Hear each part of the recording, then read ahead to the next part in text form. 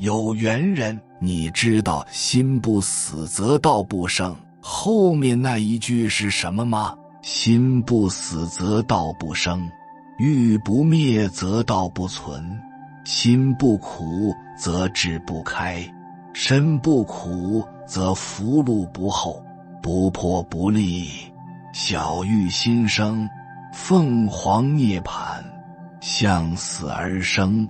倘若穷途末路，那便势如破竹。人的末路就是神的开端。心不死则道不生。所有大彻大悟之人都曾无药可救过，所有通明达慧之人都曾陷入过深渊。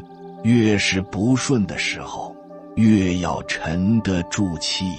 艰难的路不是谁都有资格走，极致的痛苦可以强迫你深度思考，而极致的快乐可以强迫你放弃思考。前者让你破执，后者让你忘情。请记住一句话：物极必反，否极泰来。扛得住涅槃之痛，才配得上众生之美。那么你知道为什么老子说心不死则道不生？阳明先生也说，心不苦则智慧不开。苦的是什么心？死的是什么心？在我看来，都是一颗妄心罢了。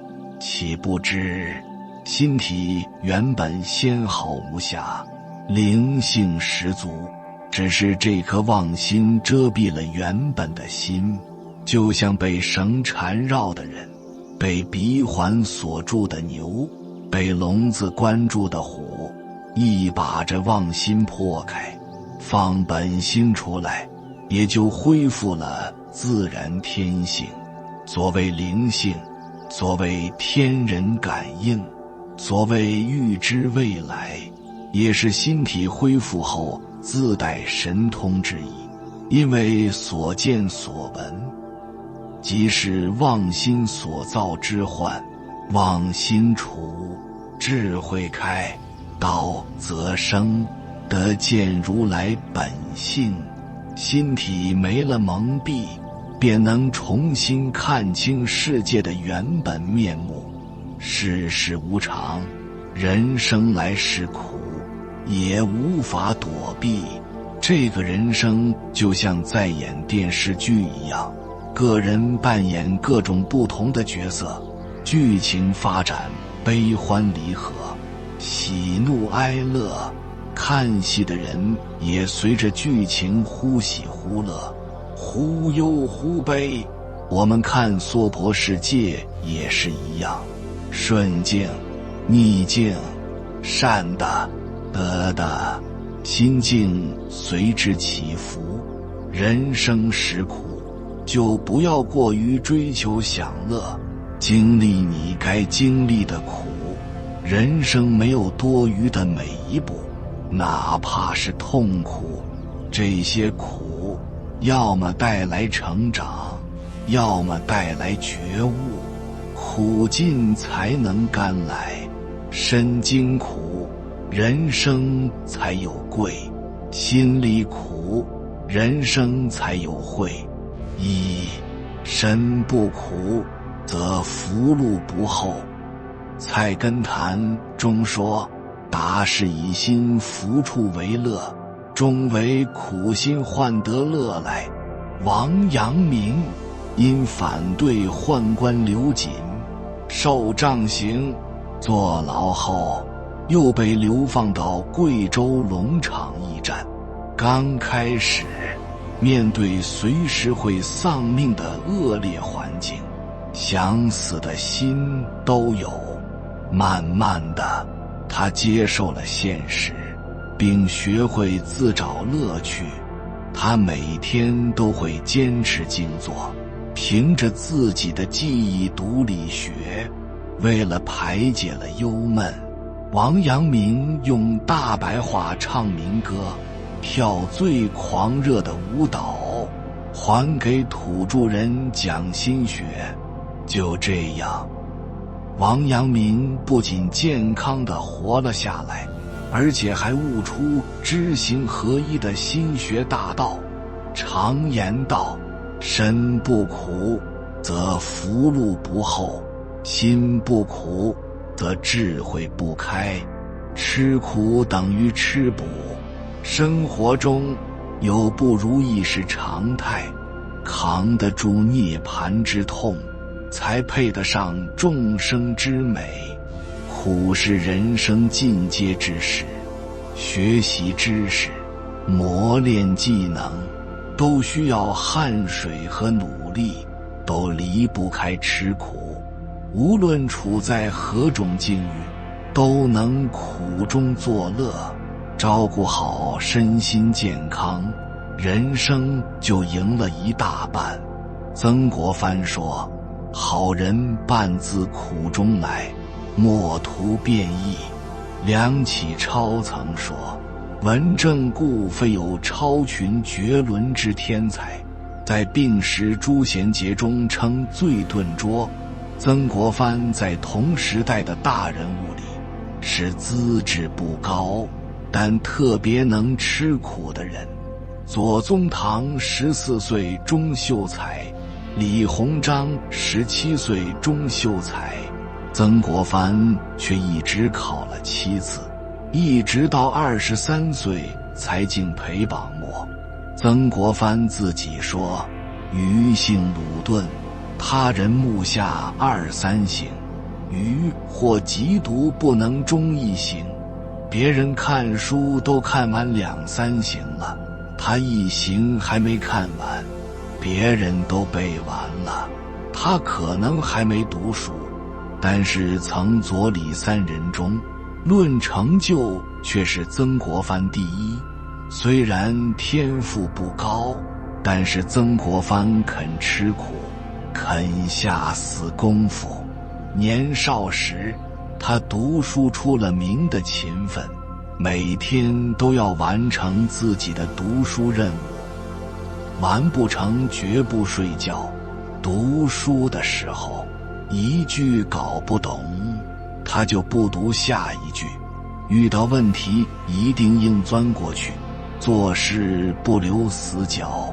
他说，读经有一耐自觉，一句不通，不看下句，今日不通，明日再读，今年不精，明年再读，此所谓耐也。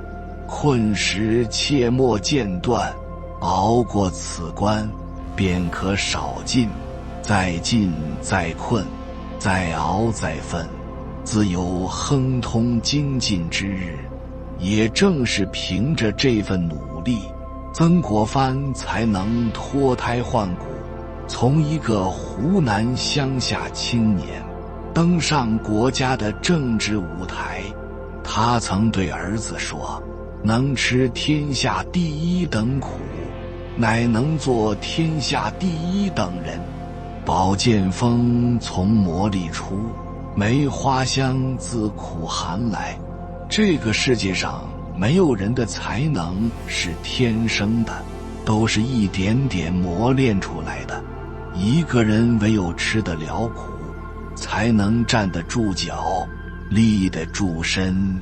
而心不苦，则智慧不开。苦不入心，心中不苦，生活便是甜。王阳明认为，只要相信自己内心的强大，只要不让人生低谷时所遭受的苦难浸染自己的内心，那就不会有烦恼。谪居龙场时，王阳明在出至龙场无所止节，草安居之中写道，缅怀黄唐华，略称毛次记。他将在如佛道思想中所悟出的人生之道转换为内心的意志。并且巧妙地把思想的粗略处与生活的精微处相结合，用来抵抗面前的人生低谷。如此，他觉得农场生活也不那么苦了。王阳明还告诫仆从，只要苦不入心，心中不苦，生活便是甜的。试想，在那样的情景下，王阳明居然还能认为生活是甜的，这样的超然，令人深深折服，更值得好好学习。人是因为痛苦才思考，人生因为思考才能拥有智慧。心不死，则道不生。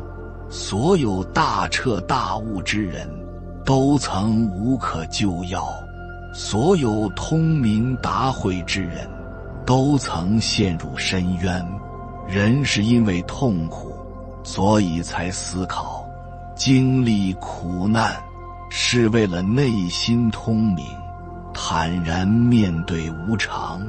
人受苦难则是为了开启智慧，智慧应对无常，在借各种苦的对境中磨练我们不起无明烦恼，洗除习气，锻炼做人做事的各种能耐。并不是要做什么劳力事才叫做苦行，打破对一切顺逆境的分别，只有在苦中才能开发智慧。身不苦则福禄不厚，心不苦则智慧不开。所有大彻大悟之人都曾在炼狱挣扎无药可救过。心不死则道不生，把自己揉碎了，再重新捏一个。如果穷途末路，那便势如破竹，蚌里千般搓磨，才蕴与珍珠。松经风吹雨打，才傲立峰顶。人生没有白吃的苦，更没有白走的路。每一份苦，每一处伤，都会成为日后的徽章。易中天说，吃苦的程度决定了一个人的成就。吃得天下第一等苦，方能做天下第一等人。每一个人在发达之前都要经历一些磨难，挺住了飞黄腾达，挺不住可能一辈子也站不起来。因为不经历磨难，你无法看透人心；不体会孤独，你不会反思自己。大部分人的清醒和通透都是在低谷期悟出来的。或许是当你一无所有，所有人对你视如草芥；或许是当你负债累累，所有人对你弃之敝履。这样才能打破你原有的幻想，不再对任何人抱有期待。你最初会怨恨为什么家人不肯支持你，朋友不肯帮助你，爱人不肯拯救你。渐渐的你明白了，原来所有的爱都是有条件的。你看清了人性，原来本能永远走在善恶的前面。基因里自带的自私和贪婪是每个人的本能，所有的善恶都是被教化出来的。你开始理解人性，接受人性，并学会顺应人性。你开始反思过去的自己多么愚蠢，你开始把所有的时间和精力都用在自己的身上，即使处于困境也会默默地韬光养晦。君子藏器于身，待时而动。经过你的反思，你开始明白自己的爱也是有条件的。你根本无法爱上一个一无是处的人。这个世上没有救世主，能救自己的只有自己。你把自己的自尊心狠狠地摔在地上，当它碎裂成无数个碎片，你才蓦然发现，原来那只是虚荣心。你开始无所畏惧，你眼睁睁地看着自己被撕碎，再亲手将自己重组。这一刻开始，注定你会一飞冲天，因为你走到人的末路，也走到了神的开端。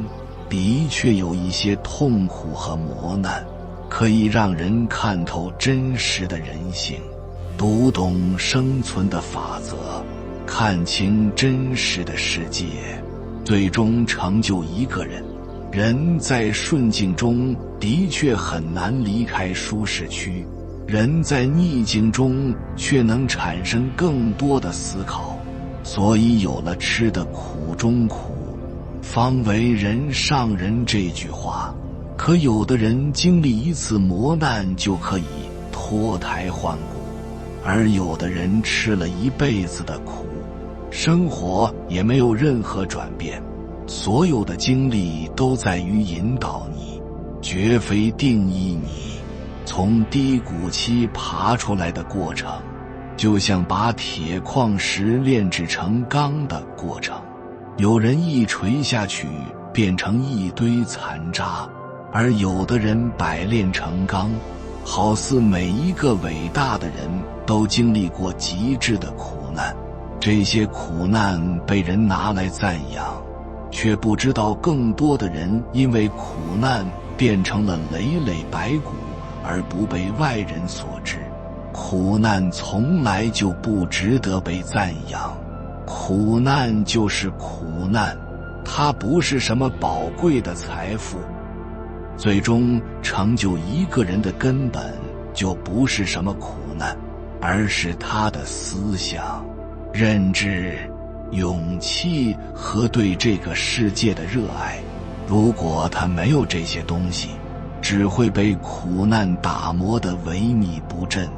而当他拥有这些东西，根本就不需要经历任何苦难，也会注定他的不凡。别人无法承受的苦难，在他的眼里也只是一场有点难度的游戏而已。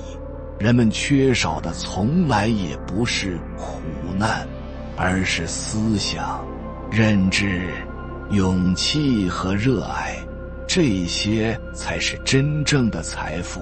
人的一生既不应该在痛苦中挣扎，也不应该在安逸中虚度，而是遵循本心，丰富自己的思想，提升自己的认知，增强自己的勇气，自然而然的成长，理解生活的艰辛，看清人性的复杂，依然热爱这个世界。有些人生问题看似简单，我们花一辈子却都不一定能找到答案。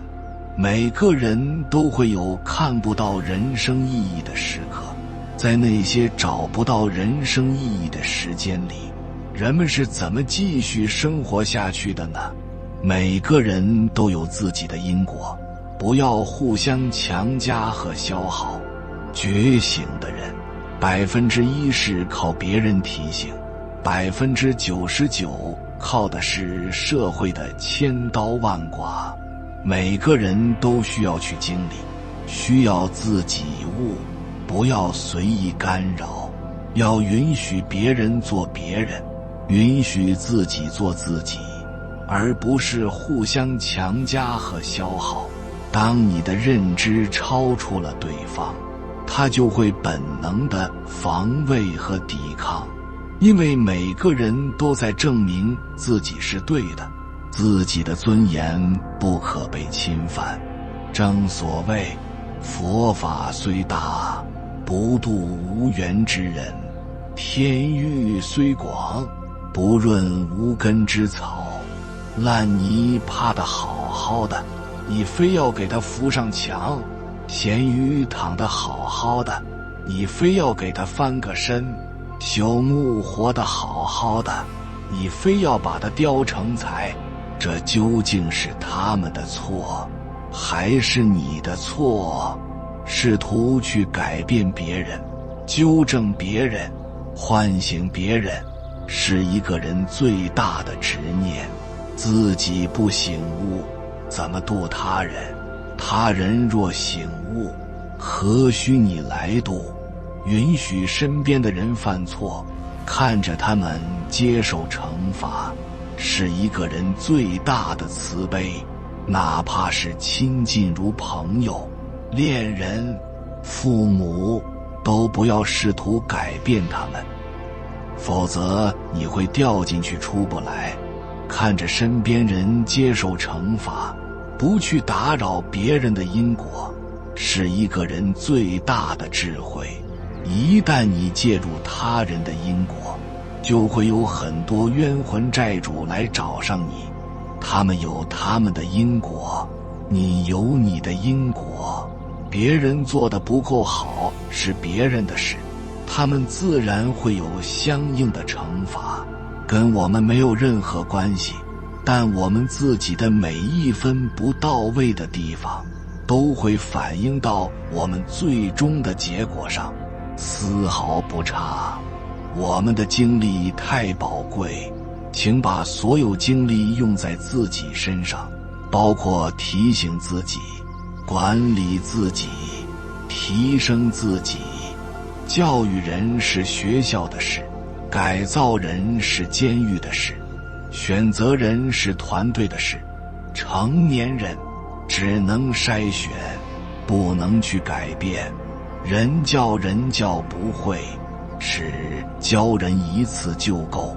吃亏和吃饭一样，吃多了自然会成长。一个人成熟的标志，就是明白自己改变不了任何人。无论你多么真心地想帮助别人，无论对方跟你关系多么密切，无论他多么需要你帮助，你都必须明白这个道理。你改变不了任何人，除非他自己发自内心地想改变自己，然后你也能起到一个推动作用，或者给对方一个启示。请记住，一个人能改变自己的，永远只有他自己，甚至包括你的父母、你的兄弟姐妹。虽然同在一个屋檐下，但当你想改变他们的时候，你照样有心无力。除非如果对方忽然有了强烈的改变意愿，你才可以小心翼翼地帮助他们改变。但是在改变这件事上，当事人永远才是主角，我们只是配角。如果对方根本意识不到自己的问题，请千万不要主动热心地帮他们改变，因为好心未必有好结果，好人未必有好报。你所能做的，就是让他们认为你是无害的、善良的、热情的，甚至你要学会附和他们。人各有志，人各有路，别人的路你改不了，自己的路自己走好。在什么情况下可以去改变一个人？以下3个前提缺一不可。第一，对方已经迫切地想改变。第二，对方相信你能改变他。第三，对方愿意付出努力。3者缺一不可，否则就一笑而过，抬手相送。人在什么时候最清醒？事故降临后，东窗事发后，大祸临头后，重病缠身后，遭受失败后，撞到南墙后。人在什么时候最糊涂？彩票中奖时，春风得意时，来钱容易时，得权专横时，被人追捧时，走狗屎运时。人就是这样，要么因为彻底的失去而变清醒，要么因为莫名的得到而糊涂。一个人需要多大的福德才能被唤醒？你又背负了多大使命才敢去唤醒这些沉睡的人？盲目叫醒一个沉睡的人，你不仅叫不醒他，他还会记恨你一辈子。克制自己改变别人的欲望，是成年人的最高修养。比你聪明的人会认为你是错的，比你笨的人也会认为你是错的。世界万般苦，各有各的苦。人在什么时候会大彻大悟？一个人的彻悟，1%靠别人提醒，99%靠社会的千刀万剐。常言道，不撞南墙不回头，不见棺材不掉泪，绝处才能逢生。一个人只有被逼到绝路上才能开悟。能说服一个人的，从来不是道理，而是南墙；能点醒一个人的，从来不是说教，而是磨难。只要当你爱错一个人，结错一次婚，生一场大病，生意忽然破产，或者生死别离时，你才能觉醒。那些大彻大悟之人，往往都曾无可救药过，都曾被彻底抛弃过，或者都有过最惨痛的经历，只是他们又爬了起来。人在什么时候最清醒？事故降临后，东窗事发后，大祸临头后，重病缠身后，遭受失败后，撞到南墙后。人在什么时候最糊涂？彩票中奖时，春风得意时，来钱容易时，得权专横时，被人追捧时，走狗屎运时。人要么因为彻底的失去而变清醒，要么因为莫名的得到而变糊涂。人教人教不会，事教人一次就够。吃亏和吃饭一样，吃多了自然会成长。人是叫不醒的，只有痛醒。一个人的觉醒，1%靠人提醒，99%靠社会的千刀万剐。苦到极致，智慧就生发了，彻底死心了，大道就在内心升腾了。记住，心不苦，则志不开；心不死，则道不生。人的末路，就是神的开端，也可以说是物极必反，否极泰来。有缘人，感谢你看到最后。如果今天的影片对你有所帮助，请按个赞给我响应，留下一句克己修心，方得正道。愿你时时保持正念，修行修心，身临繁华而不乱本心，以一颗清明无垢之心，坦然面对人生的无常变化，破除一切虚妄与迷障，静观内心，达到真正的从心所欲不逾矩的人生境界。还没有订阅频道的，请点击右侧的订阅按钮，与我们建立更深的连接，随缘加入会员，与同频之人共修福报，随喜转发，传播善知识，功德无量。